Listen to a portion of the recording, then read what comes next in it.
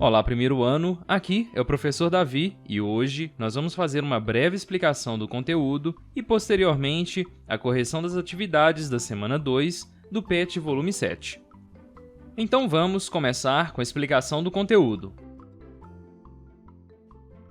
Essa semana nós vamos trabalhar os Jogos dos Povos Indígenas. Sempre que pensamos em um tipo de competição esportiva, geralmente pensamos em Copa do Mundo, Jogos Olímpicos e até mesmo os Jogos de Inverno, que o nosso país pouco participa. E quase nunca pensamos em Jogos dos Povos Indígenas ou ainda nem conhecemos. O Jogo dos Povos Indígenas é organizado pelo Comitê Intertribal Indígena, com apoio do Ministério do Esporte, e tem como princípio o importante não é competir e sim celebrar, ou seja, participar.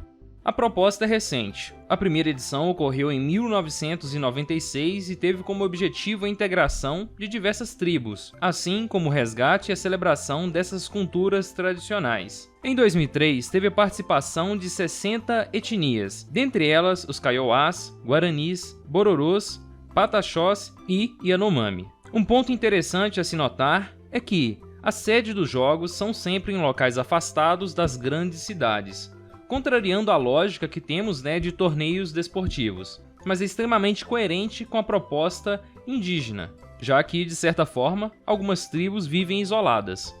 As modalidades disputadas variam um pouco entre os torneios, mas basicamente temos o arco e flecha, e aqui vem trazendo uma descrição a respeito dos materiais utilizados e a forma de realizar nessa competição, o cabo de guerra, a canoagem, a corrida com tora e o Chikunahite, que é um esporte também conhecido como futebol de cabeça, assim como vocês estão visualizando aí no vídeo. Olha que interessante. Após essa breve explicação, vamos agora às atividades da semana. Atividades. Vamos à possibilidade de resposta para a atividade 1.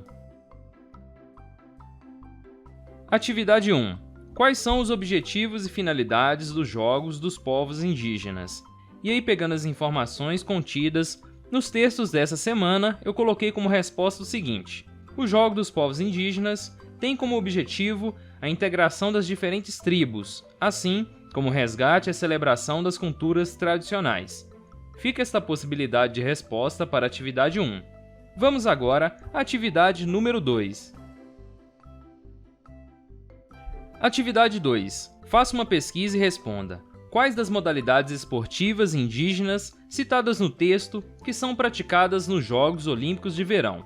E aí eu fiz uma breve pesquisa e encontrei como resposta a canoagem, o tiro com arco ou arco e flecha, o atletismo e a corrida de 100 metros, além do futebol. Todos esses esportes foram citados no texto da semana. Tá bom, turma? Vamos à atividade número 3 agora. A atividade 3 é do Enem de 2019.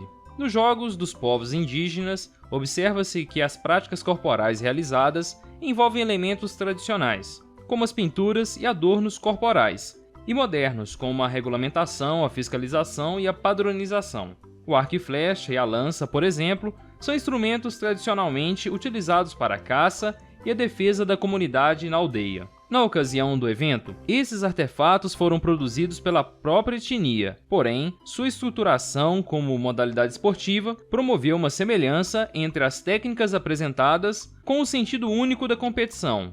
E após a leitura do texto, você deve então responder o seguinte: a relação entre os elementos tradicionais e modernos nos Jogos dos Povos Indígenas desencadeou a... E aí, como resposta, nós temos a letra D, a legitimação das práticas corporais indígenas como modalidade esportiva. Tá certo, pessoal?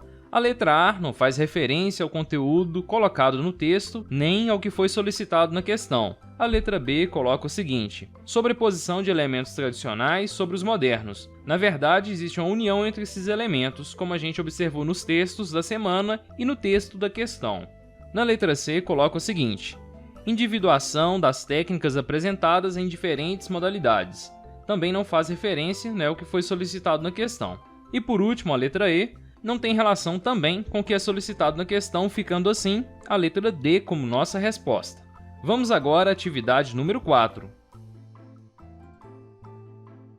Atividade 4. O Jogo dos Povos Indígenas tem o seguinte mote: O importante não é competir, e sim celebrar. Com base nessa premissa, redija em seu caderno um parágrafo argumentativo sobre a importância da participação, da celebração, acima da competição em se tratando de educação física na escola. Selecione, organize e relacione de forma coerente e coesa os argumentos do seu ponto de vista.